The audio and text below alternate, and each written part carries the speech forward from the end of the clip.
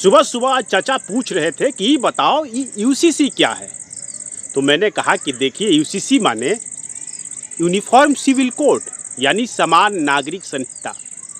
किसी भी धर्म से लोग संबंधित हो, विवाह, तलाक, गोद लेना, उत्तराधिकार जैसे तमाम जो व्यक्तिगत जो मामले हैं, उन सब के लिए एक समान कानून इस देश में होना चाहिए। यह सरकार भी कह रहा है, संविधान भी कह रहा है। संविधान के अनुच्छेद 44 में यूसीसी का उल्लेख है, जहां कहा गया है कि राज्य भारत के समस्त राज्य क्षेत्र में नागरिकों के लिए एक समान सिविल संहिता प्राप्त कराने का प्रयास करेगा। तो भारत में जो है व्यक्तिगत कानून जिसे कहते हैं कि पर्सनल लॉ की स्थिति यह है कि विवाह, तलाक, उत्तराधिकार और व्यक्तिगत कानून के विषय जो है समवर्ती सूची के अंतर्गत शामिल है।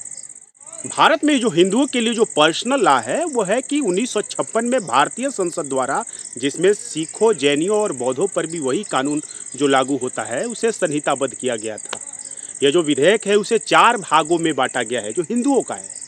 हिंदू विवाह अधिनियम 1955 है, हिंदू उत्तराधिकार अधिनियम 1956 है, हिंदू अप्राप्तवयता और संरक्षकता अधिनियम जो है 1956 है, हिंदू दत्तक तथा भरण पोषण अधिनियम 1956 है।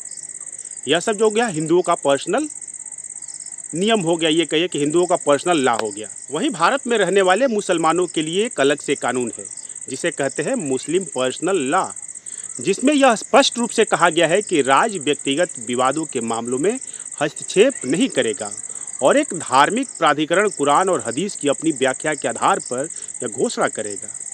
तो दोनों का जो कानून है अलग है। वहीं अपराध के जो भारत में जो मामले होते हैं उसमें एक ही कानून है, यानी आईपीसी सब पर लागू होता है।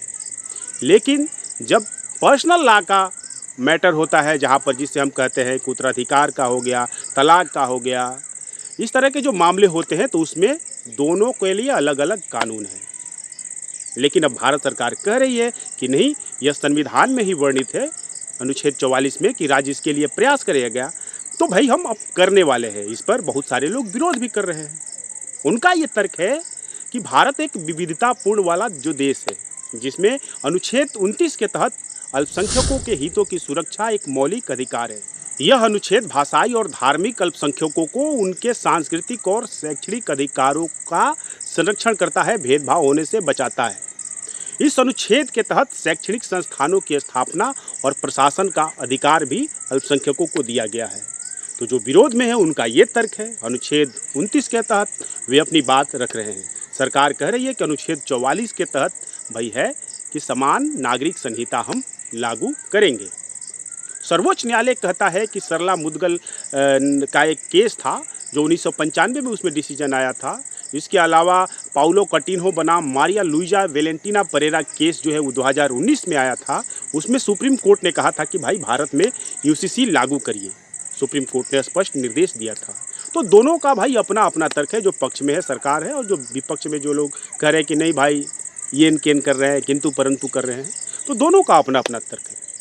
भारत में गोवा एक ऐसा राज्य है जहां पर 1867 में ही यूनिफॉर्म सिविल कोड लागू है, जिसे गोवा सिविल कोड कहा जाता है। गोवा में हिंदू, मुसलमान और ईसाई समेत सभी धर्म और जातियों के लिए एक ही फैमिली लॉ है।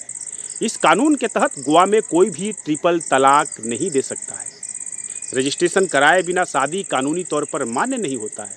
शादी का रजिस्ट्रेशन होने के बाद तलाक सिर्फ कोर्ट के जरिए ही होता है। ऐसा नहीं हो सकता कि आप तलाक तलाक तलाक कह दें। ये गोवा का मामला है। गोवा में मुस्लिमों को 4 शादियां करने का अधिकार नहीं है, जबकि कुछ शर्तों के साथ हिंदुओं को 2 शादियां करने की छूट दी गई है। तो एक नागरिक के रूप में आप यूनिफॉर्म सिविल कोड को समझना चाहते हैं तो ऐसे समझिए। बहुत सारे लोगों का तर्क है कि कई ऐसे मुस्लिम देशों की सूची है, जैसे पाकिस्तान, बांग्लादेश, तुर्की, इंडोनेशिया और मिस्र जैसे देश है, जहां पर समान नागरिक संहिता लागू है। इसके विपक्ष में लोग तर्क दे सकते हैं कि इन देशों में भाई एक ही धर्म के लोग ज़्यादातर रहते हैं, वहाँ पर इतनी विविधता नहीं है। सबका अपना अपना तर्क हो सकता है।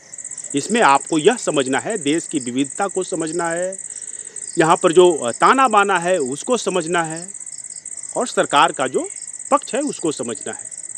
इस बीच में सरकार भी कह सकती है और कह ही रही है बहुत सारे लोग कि यूनिफॉर्म सिविल कोड हो जाने से, लागू होने से बहुत सारी महिलाओं को सशक्त किया जा सकता है, उनका अधिकार है मिल सकता है। तमाम महिलाओं को समान अधिकार मिल सकता है, तमाम लोगों को संपत्ति में बराबर अधिकार मिल सकता है। एक कानून बनाकर देश को सशक्त किया जा सकता है, सभी नागरिकों को सशक्त किया जा सकता है। सरकार का यह पक्ष है या आएगा, इस तरह की बातें होंगी और जो तमाम बहस है इसी दिशा में जाने वाली है। इसी बीच एक नागरिक के रूप में आपको यह समझना है, इन विषयों को समझना है और इसी अनुसार अपनी राय रखना है, उबाल नहीं मारना है।